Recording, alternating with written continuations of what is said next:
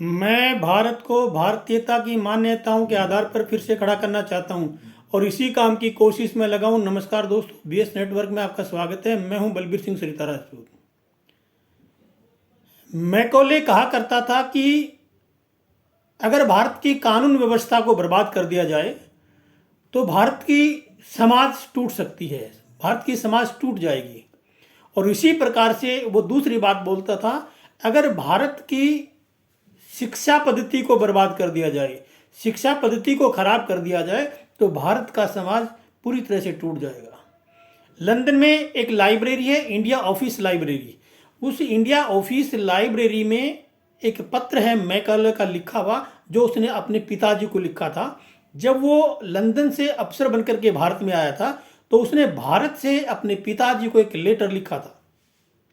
और उस पत्र में मैकॉले लिखता है कि भारत की शिक्षा पद्धति इतनी मजबूत है, पूरे विश्व के अंदर इतनी संपन्न शिक्षा पद्धति है, जिसकी की वजह से भारत का जो समाज है, भारत की जो सिस्टम है, वो उस शिक्षा पद्धति की वजह से मजबूत है। और वो अपने पिताजी को लिखता है कि भारत की कानून व्यवस्था को तो मैंने बर्बाद करने के लिए कानून बना दिया है, भारत एक आईपीसी बना दिया है, मगर भारत की समाज को पूरी तरह से तोड़ने के लिए भारत की शिक्षा पद्धति को तोड़ना पड़ेगा। वो लिखता है कि भारत के अंदर जो शिक्षा है वो गुरुकुलों में पढ़ाई जाती है और उनमें जो गुरु होते हैं, जो टीचर होते हैं, वो गुरु होते हैं। और वो जो गुरु गुरुकुलों में जो पढ़ाते हैं वो संस्कृत भाषा के अंदर पढ़ाते हैं और उन संस्कृत भाषा के माध्यम से वो गुरुकुल के जो गुरु हैं वो उनमें वेदों का ज्ञान, पुराणों का ज्ञान, शास्त्रों का ज्ञान, उपनिषदों का ज्ञान और रामायण महाभारत जैसे ग्रंथों का ज्ञान, या भूगोल शास्त्र, अर्थशास्त्र, विज्ञान शास्त्र, राजनीतिक पॉलिटिकल साइंस वगैरह, इस प्रकार की जो है ना शिक्षा भारत के गुरुकुलों में भारत के जो गुरु हैं वो देते हैं। और भारत के जो बच्चे छात्र जिन गुरुकुलों में पढ़ते हैं वो 20-25 साल की उम्र तक ब्रह्मचर्य पालन करके उस शिक्षा को ग्रहण करते हैं, जिससे उनमें संस्कार आते हैं और संस्कार आते हैं फिर वो समाज का निर्माण करते हैं। फिर उस समाज में एक सभ्य समाज बनता है और एक उच्च कोटि का समाज बनता है। इसलिए भारत की शिक्षा को अगर तोड़ दिया जाए, अगर भारत की समाज को तोड़ना है तो पहले भारत की शिक्षा पद्धति को तोड़ना होगा, पहले भारत की शिक्षा पद्धति को खराब करना होगा। तो उसके लिए मैकॉले ने एक कानून बनाया और वो कानून क्या बना है कि जितने भी भारत के अंदर जो गुरुकुल चलते हैं, जो संस्कृत भाषा के आधार पर जो पढ़ाए जाते हैं, जो सब्जेक्ट पढ़ाए जाते हैं, उन सब के ऊपर उनको उन्होंने प्रतिबंध लगाया और कहा कि जो जितने गुरुकुल चलते हैं संस्कृत भाषा के अंदर, अगर उनको चलाया जाएगा, उसको बंद नहीं किया जाएगा तो उन गुरुकुलों को अंग्रेज सरकार मान्यता नहीं देगी। अंग्रेज सरकार उन्हीं स्कूलों को या उन्हीं गुरुकुलों को मान्यता देगी जिनके अंदर अंग्रेजी भाषा पढ़ाई जाएगी। मैकॉले की बनाई हुई जो शिक्षा पद्धति है उसको पढ़ाया जाएगा। और इसी के चलते मैकॉले ने एक सबसे पहला कॉन्वेंट स्कूल खोला कलकत्ता के अंदर। मगर वो कॉन्वेंट स्कूल जो खोला मैकॉले ने वो चला नहीं, क्योंकि भारतीयों ने उस कॉन्वेंट स्कूल में अपने बच्चों को पढ़ने के लिए नहीं भेजा। बहुत कोशिश करने के बावजूद भी अंग्रेज इस कॉन्वेंट स्कूल को चलाने में कामयाब नहीं हुए। मगर उसके बाद में आज अंग्रेज भी चले गए, मैकॉले भी मर गया, मैकॉले का बाप भी मर गया। लेकिन आज जो ये भारत के जो काले अंग्रेज हैं या हम सब नागरिक हैं, उनके अंदर मैकॉले की आत्मा प्रवेश कर गई और इसलिए आज हम अपने बच्चों को कॉन्वेंट स्कूल में पढ़ा रहे हैं। मैकॉले जिस कॉन्वेंट स्कूल को नहीं चला सका, कामयाब नहीं हो सका, उसको आज हम भारतीय गली गली में, मोहल्ले मोहल्ले में, गांव गांव में, शहर शहर में कॉन्वेंट स्कूल खोल रहे हैं। और इतने मूर्ख माँ बाप हैं हमारे यहाँ भारतीय कि बच्चा पैदा होने से पहले ही उन कॉन्वेंट स्कूलों में रजिस्ट्रेशन करवा के जाते हैं। कहते हैं कि अगर रजिस्ट्रेशन नहीं होता है बच्चा पैदा होने से पहले तो बाद में चल के उस बच्चे का एडमिशन नहीं होगा। तो इसलिए बच्चा पैदा होने से पहले ही उन स्कूलों के अंदर रजिस्ट्रेशन करवा दिया जाता है। उसके बाद में उन बच्चों का कॉन्वेंट स्कूलों में एडमिशन होता है। फिर जब उनसे पूछा जाता कि आप कॉन्वेंट स्कूलों में क्यों पढ़ाते, भारतीय स्कूलों में, सरकारी स्कूलों में क्यों नहीं पढ़ाते हैं, तो बड़ा सुंदर जवाब देते हैं वो माँ बाप। कहते हैं कि हमारा बच्चा जब कॉन्वेंट स्कूल से पढ़कर निकलेगा तो वो एक स्मार्ट बच्चा बनकर निकलेगा, एक स्मार्ट स्टूडेंट बनकर निकलेगा। जब उनसे पूछा जाता कि स्मार्ट का मतलब क्या होता है, तो वो कहते हैं कि हमारा बच्चा कॉन्वेंट स्कूल में पढ़ेगा तो टाई लगाएगा, जूते मोजे पहनेगा, वो अंग्रेजी बोलेगा। इसको आज के भारत के जो माँ बाप हैं उनको स्मार्ट और इंटेलिजेंट बच्चे कहते हैं।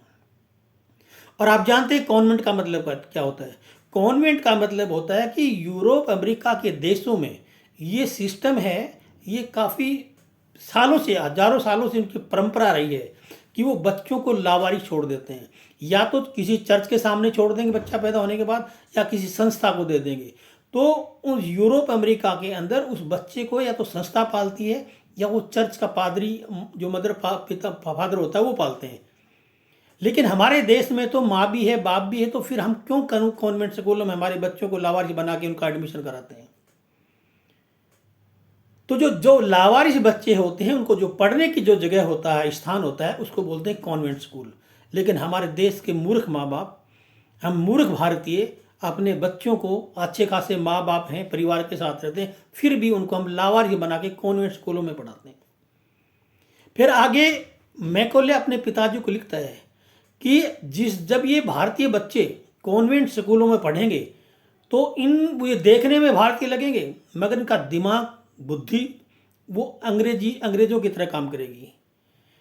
वो सबसे पहले जब कॉन्वेंट स्कूल से पढ़कर निकलेगा, सबसे ज़्यादा अपनी संस्कृति को, अपनी सभ्यता को गाली देगा। सबसे ज़्यादा वो अपने माँ बाप को गाली देगा। कैसे कहकर देगा? डेड, एक शब्द है अंग्रेजी का डेड। डेड का मतलब मरा हुआ। मम्मी यानी मरे हुए व्यक्ति की लाश, डेड बॉडी। अमेरिका, यूरोप में, मिस्र जैसे देशों में आप जाइए, इजिप्ट जैसे देशों के अंदर, वहाँ मरे हुए व्यक्ति की जो डेड बॉडी होती है उसको मम्मीज बोलते हैं। तो हमारे देश के बच्चे जिंदा मम्मी को, माँ को मम्मी बना देते हैं, डेड बॉडी बना देते हैं, और जिंदा बाप को डेड, मरा हुआ घोषित कर देते हैं। तो इस प्रकार की जो ये शिक्षा पद्धति जो मैकॉले भारत में लागू करके, चला करके छोड़ गया, 75-76 साल हो गए हमारे देश को आज़ाद हुए, मगर आज भी हम उस अंग्रेजों की शिक्षा पद्धति से बाहर नहीं निकल रहे हैं, ना ही अंग्रेजों की कानून व्यवस्था से बाहर निकल रहे हैं। आप जानते हैं कि टाई का मतलब क्या? टाई अंग्रेजों के देश में इसलिए लगाई जाती है क्योंकि वहाँ पे साल में 6-7 महीने बर्फ पड़ती है। वहाँ बहुत ठंडा एरिया है, बहुत ठंडी पड़ती है वहाँ पे। तो इसलिए जब वहाँ ठंड पड़ती है तो उनका जुकाम होता है, उनका नाक बहता है, नाक चलता है। तो नाक को पूंछने के लिए कि बार बार जेब से रुमाल ना निकालना पड़े, इसलिए उन्होंने गले में ये टाई बांध दिया। टाई का मतलब उनकी भाषा के अंदर है कि गले में लटकाए जाने वाला कपड़ा, और उस कपड़े से वो नाक पूछते थे, इसलिए वो आफत खत्म करने के लिए जेब से बार बार रुमाल निकाला जाएगा, इसलिए उस कपड़े को गले में लटका लो, तो वो इसलिए टाई बांधते थे। लेकिन हमारे देश में, भारत में तो साल में 9 महीने गर्मी पड़ती है, और कई कई राज्य तो ऐसी हैं जहाँ पे 12 महीने गर्मी पड़ती है। तो हमारे देश में जूते मोजे या टाई बांधने की क्या जरूरत है? लेकिन फिर भी हम कितने मूर्ख भारतीय हैं। हमारी सोच ऐसी बन गई है, अंग्रेजों ने ऐसी बना दी कि जो अंग्रेजी बोलना जानता है, अंग्रेजी पढ़ना जानता है, जो फर्राटेदार अंग्रेजी बोलता है, वो पढ़ा लिखा है, वो ज्ञानी है। चाहे कितना भी अच्छा समझदार हो, जिसको अंग्रेजी लिखना पढ़ना नहीं आती, वो मूर्ख है, जाहिल है वो। आज ये हमारी सोच बन गई है। अंग्रेजी बोलने वाले को हम स्मार्ट बॉय कहते हैं, और हिंदी बोलने वाले को जाहिल गंवार बोलते हैं, क्योंकि उन्होंने जो हमारे दिमाग में जो कूट करके जो भ्रांतियाँ भर दी है अंग्रेजी की, वो ऐसी हो गई कि हम उस अंग्रेजी को स्मार्टनेस मानने लगे हैं। हमारे देश की भाषा से कोई लेना देना नहीं है। तो इस अंग्रेजी भाषा को छोड़िए। इस अंग्रेजी, ये बहुत गरीब भाषा है, इसमें शब्दों की बहुत कमी है। ऐसी शब्दों की कमी है कि इसमें कोई शब्द ही नहीं है किसी रिश्ते के लिए। चाचा हो, फूफा हो, फूफा का फूफा हो, ताया हो, कुछ भी हो, एक शब्द बोलते हैं, अंकल। चाची हो, मामी हो, फूफी हो, कुछ भी हो, एक ही शब्द है, आंटी, और कोई शब्द नहीं है। कितनी मूर्खों वाली भाषा है ये। तो इस अंग्रेजी का जो है चक्कर छोड़िए और अपनी भारतीय भाषा को अपनाइए। हिंदी है, उर्दू है, तेलुगु है, मलयालम है, कन्नड़ है, गुजराती है, बंगाली है, पंजाबी है। इतनी अनेक प्रकार की भाषाएं हमारे देश के अंदर, सुंदर सुंदर भाषाएं हैं, और इतने शब्द हमारे हिंदी और संस्कृत की भाषा के अंदर है। करोड़ों, हजारों, करोड़, लाखों, करोड़ों शब्दों का भंडार है हमारी हिंदी और अंग्रेजी भाषा के अंदर। तो फिर हम क्यों इन अंग्रेजों की नकली भाषा का इस्तेमाल कर रहे हैं? और कितने बड़े मूर्ख है, बोलते कि अंग्रेजी नेशनल भाषा है। अंग्रेजी कोई नेशनल भाषा नहीं है। मात्र 14 देशों के अंदर अंग्रेजी भाषा का इस्तेमाल होता है, और ज़्यादातर वही देश हैं जिन देशों को अंग्रेजों ने गुलाम बना रखा था, उन्हीं देशों में अंग्रेजी भाषा बोली जाती है। इसके अलावा कहीं भाषा नहीं बोली जाती है। सबसे ज़्यादा बोली जाने वाली भाषा चाइनीज है, उसके बाद में हिंदी है। तो इस अंग्रेजी भाषा का चक्कर छोड़िए और अपनी मातृभाषा का इस्तेमाल करिए। अपने देश का परिधान पहनिए, अपने देश की वेशभूषा पहनिए, अपने देश का भोजन करिए, अपने देश का भजन करिए। ये अंग्रेजी भजन, अंग्रेजी वेशभूषा, अंग्रेजी दवाएं, अंग्रेजी खान पीन, अंग्रेजी भाषा को छोड़िए, क्योंकि ये सिर्फ बर्बाद कर सकती है हमारे देश की सभ्यता संस्कृति को, और कुछ नहीं कर सकती है। अंग्रेज जानते थे, खुद ये मैकोले ने खुद ये कहा है कि भारत की शिक्षा पद्धति इतनी मजबूत है कि उससे बच्चे इतने अच्छे बच्चे, मतलब संस्कारी बच्चे बनकर निकलते हैं, क्योंकि वो 20-25 साल ब्रह्मचारी का पालन करके वो 25 साल तक शिक्षा ग्रहण करते गुरुकुलों के अंदर, संस्कृत के अंदर। और फिर वो जो शिक्षा ग्रहण करके बाहर निकलते हैं, उनमें संस्कार पैदा होते हैं, उनमें संस्कार कूट कूट के भरे जाते हैं, और फिर एक अच्छा समाज का निर्माण करते हैं। इसलिए भारत का समाज जो है ना, सबसे सुदृढ़, सबसे शक्तिशाली समाज है। तो इस भारतीयता के अंदर आइए, चाहे वो खान पीन की बात हो, चाहे भाषा की बात हो, चाहे पहनावे की बात हो, चाहे गीत की बात हो, कुछ भी हो, सारा कल्चर, हमारे भारत के कल्चर का मुकाबला किसी भी देश, कोई भी देश विश्व के अंदर नहीं कर सकता है। क्योंकि ईश्वर ने हमको इतनी संपदा दी है, इतनी प्राकृतिक संपदा भारत के अंदर है जो किसी भी देश के अंदर नहीं है। इतनी प्रकार के खनिज हमारे भारत में दिए हैं, इतनी प्रकार की भाषाएं हमारे भारत में दी है, इतनी प्रकार की ऋतुएं हमारे भारत में जो किसी भी देश में नहीं है। हर देश में 1 या 2 क्लाइमेट जोन होता है, लेकिन एक भारत ऐसा है जिसमें 15-16 क्लाइमेट जोन है। ऐसा अद्भुत हमारा देश भारत है। और उसके बाद हम अंग्रेजों के पीछे दौड़ते हैं, उनके कल्चर के पीछे दौड़ते हैं, उनके कॉन्वेंट स्कूलों में बच्चों को पढ़ा करके उनको स्मार्टनेस का नाम देते हैं। बड़ी शर्म की बात है। तो ये अंग्रेजियत को और अंग्रेजियों के सिस्टम को छोड़िए और भारतीय सिस्टम को अपनाइए, ताकि हमारा भारत दोबारा से वही भारत बने, वही सांस्कृतिक भारत बने, वो सभ्य भारत बने, वही समृद्ध राष्ट्र बने, वो एक सुंदर भारत बने। तो ये भारतीयता में रहिए, आप अंग्रेजियत को छोड़िए।